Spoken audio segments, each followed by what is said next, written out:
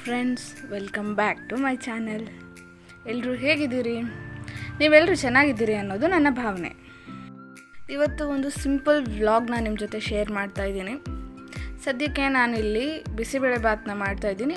ಇದರ ರೆಸಿಪಿನ ನಾನು ನಿಮ್ಮ ಜೊತೆ ಶೇರ್ ಮಾಡ್ತಾ ಇಲ್ಲ, ಯಾಕಂದರೆ ಈ ರೆಸಿಪಿನ ಆಲ್ರೆಡಿ ನಾನು ನನ್ನ ಚಾನಲ್ನಲ್ಲಿ ಹಾಕಿದ್ದೀನಿ.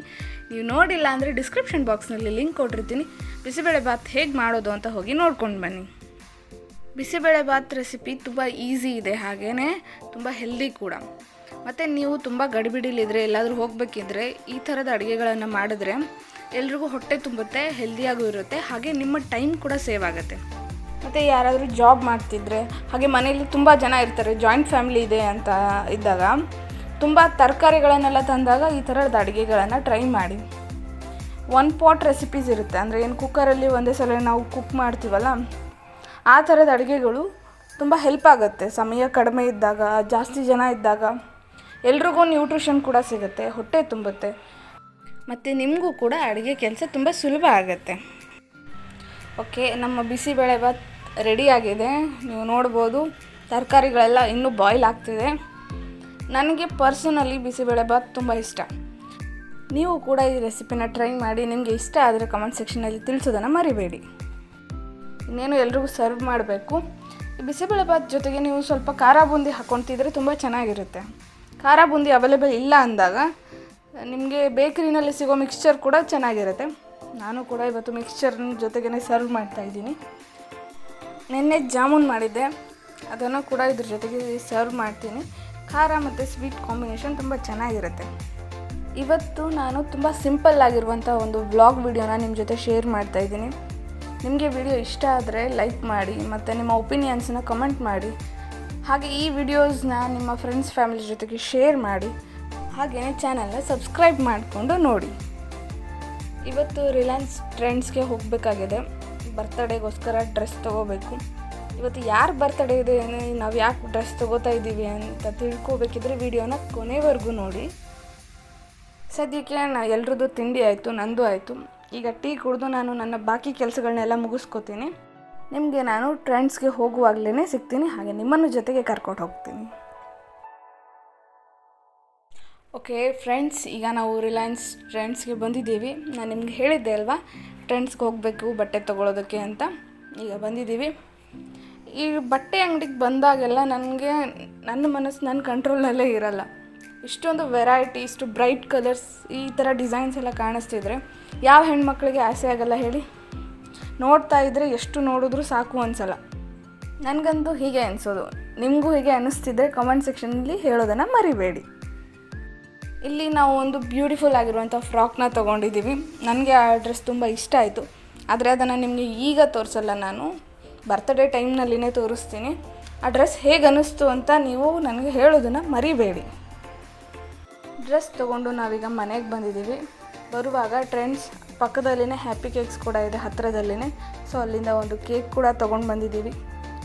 ನನಗೆ ಮನೇಲಿ ಮಕ್ಕಳು ಬರ್ತ್ಡೇ ಸೆಲೆಬ್ರೇಟ್ ಮಾಡುವಾಗಲೆಲ್ಲ ನೆನಪಾಗುತ್ತೆ, ನಾವು ಚಿಕ್ಕವರಿದ್ದಾಗ ನಮ್ಮ ಬರ್ತ್ಡೇಗೋಸ್ಕರ ಹೇಗೆ ವೆಯ್ಟ್ ಮಾಡ್ತಿದ್ವಿ ಅಂತ.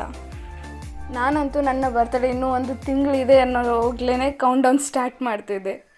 ನೀವು ಹಾಗೆ ಮಾಡ್ತಿದ್ರಿ ಅಂದರೆ ಅದನ್ನು ಕೂಡ ಹೇಳಿ. ಈಗ ನಾವು ಊರಿಗೆ ಹೊರಟಿದ್ದೀವಿ. ತುಂಬ ದಿನ ಆದಮೇಲೆ ನಾವು ನಮ್ಮ ಊರಿಗೆ ಹೋಗ್ತಾಯಿದ್ದೀವಿ. ಅಥರ್ವನ ಕರ್ಕೊಂಡು. ಮನೆಯಲ್ಲಿ ಎಲ್ಲರೂ ಎಕ್ಸೈಟ್ಮೆಂಟಿಂದ ಕಾಯ್ತಿರ್ತಾರೆ ನಾವು ಹೋಗೋದಕ್ಕೆ. ಮಕ್ಕಳಂತೂ 10 ಸರಿ ಫೋನ್ ಮಾಡಿರ್ತಾರೆ ನಾವು ಹೋಗೋದಕ್ಕಿಂತ ಮೊದಲು, ಬರ್ತಿದ್ದೀರಾ, ಎಲ್ಲಿದ್ದೀರಾ ಅಂತೆಲ್ಲ. ಬಟ್ ಸೃಷ್ಟಿ ನಮ್ಮ ಜೊತೆ ಬರ್ತಿಲ್ಲ. ನಾನು, ನನ್ನ ಹಸ್ಬೆಂಡ್ ಮತ್ತು ಅಥರ್ವ ಮಾತ್ರನೇ ಹೋಗ್ತಿದ್ದೀವಿ. ಆ್ಯಕ್ಚುಲಿ ಈ ವಿಡಿಯೋಸ್ ಎಲ್ಲ ಶೂಟ್ ಮಾಡಿ ತುಂಬ ದಿನ ಆಯಿತು. ನಾನೀಗ ಆಲ್ರೆಡಿ ಊರಿಂದ ವಾಪಸ್ ಕೂಡ ಬಂದಿದ್ದೀನಿ. ಆದರೆ ಈ ವಿಡಿಯೋಗಳನ್ನು ನಾನು ಯಾಕೆ ಲೇಟಾಗಿ ಅಪ್ಲೋಡ್ ಮಾಡ್ತಾಯಿದ್ದೀನಿ ಅಂದರೆ, ಊರಲ್ಲಿ ನೆಟ್ವರ್ಕ್ ಇಶ್ಯೂ ತುಂಬ ಆಗ್ತಿತ್ತು. ಇಂಟರ್ನೆಟ್ ನನಗೆ ಸರಿಯಾಗಿ ವರ್ಕ್ ಆಗ್ತಿರಲಿಲ್ಲ. ಆ್ಯಂಡ್ ಎಡಿಟ್ ಮಾಡೋದಕ್ಕೆಲ್ಲ ಇಂಟರ್ನೆಟ್ ಅವಶ್ಯಕತೆ ಇದ್ದೇ ಇದೆ ಅಲ್ವಾ.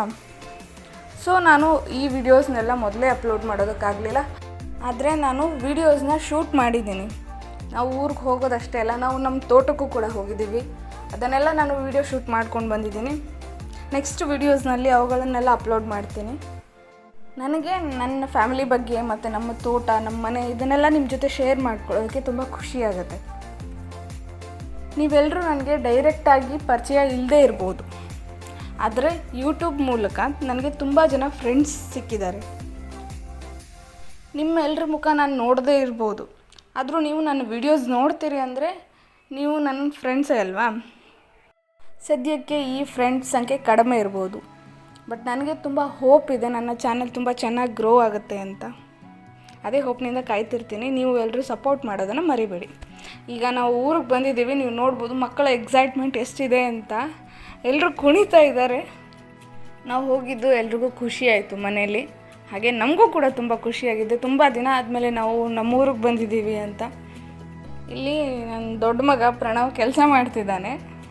ಪ್ರಣವ್ ಬಗ್ಗೆ ಒಂದಿನ ಡೀಟೇಲ್ಡ್ ವಿಡಿಯೋ ನಾನು ಮಾಡ್ತೀನಿ, ಅವನನ್ನು ಜೊತೆಗೆ ಕರ್ಕೊಂಡು ಮಾಡ್ತೀನಿ. ಬಿಕಾಸ್ ಅವನಿಗೆ ಕ್ಯಾಮ್ರಾ ಮುಂದೆ ಮಾತಾಡೋದೆಲ್ಲ ತುಂಬ ಇಷ್ಟ ಆಗುತ್ತೆ. ಸೊ ಅವನಿಗೂ ಯೂಟ್ಯೂಬೆಲ್ಲ ಮಾಡೋದಕ್ಕೆ ಇಷ್ಟ ಆಗುತ್ತೆ. ಒಂದಿನ ಅವನನ್ನು ಕರ್ಕೊಂಡು ವಿಡಿಯೋ ಮಾಡ್ತೀನಿ. ಇಲ್ಲಿ ನೀವು ನೋಡ್ತಿದ್ದೀರಲ್ಲ, ಇವತ್ತು ಬರ್ತಡೇ ಇರೋದು ಇವಳದೇ. ಇವಳ ಹೆಸರು ನಿಸರ್ಗ. ಅವಳ ಡ್ರೆಸ್ಗೆ ಮ್ಯಾಚ್ ಆಗಲಿ ಅಂತ ರೆಡ್ ಕಲರ್ನ ಕೇಕ್ ತೊಗೊಂಡು ಬಂದಿದ್ದೀವಿ, ರೆಡ್ ವೆಲ್ವೆಟ್ ಕೇಕ್ ಕೂಡ ತುಂಬ ಚೆನ್ನಾಗಿತ್ತು. ಈ ಬರ್ತ್ಡೇ ಸೆಲೆಬ್ರೇಷನ್ ಜೊತೆಗೇ ನಾನು ವಿಡಿಯೋನ ಮುಗಿಸ್ತಾ ಇದ್ದೀನಿ. ಇವತ್ತಿನ ವಿಡಿಯೋ ತುಂಬ ಸಿಂಪಲ್ ಆಗಿರುವಂಥ ಒಂದು ವ್ಲಾಗ್ ಆಗಿತ್ತು.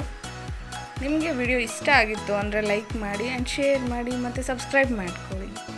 ನಾಳೆ ವಿಡಿಯೋದಲ್ಲಿ ನಾನು ನಮ್ಮ ತೋಟನ ನಿಮ್ಮ ಜೊತೆ ಶೇರ್ ಮಾಡ್ತಾಯಿದ್ದೀನಿ. ಆ ವಿಡಿಯೋ ಕೂಡ ಎಂಜಾಯ್ ಮಾಡಿ.